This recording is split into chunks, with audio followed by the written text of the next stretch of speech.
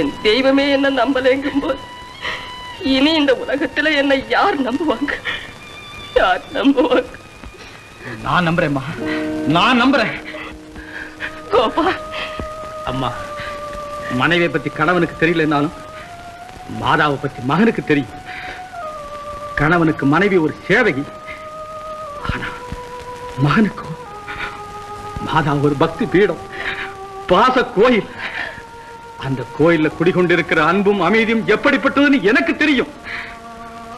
அம்மா, திரண்டு கிடக்கிற பாஜிகளை நீக்கி குளத்தை சுத்தப்படுத்துற மாதிரி தீயவர்களை விலக்கி சமூகத்தை தூய்மைப்படுத்தத்தானே என்னை வக்கீலுக்கு படிக்க வச்சீங்க.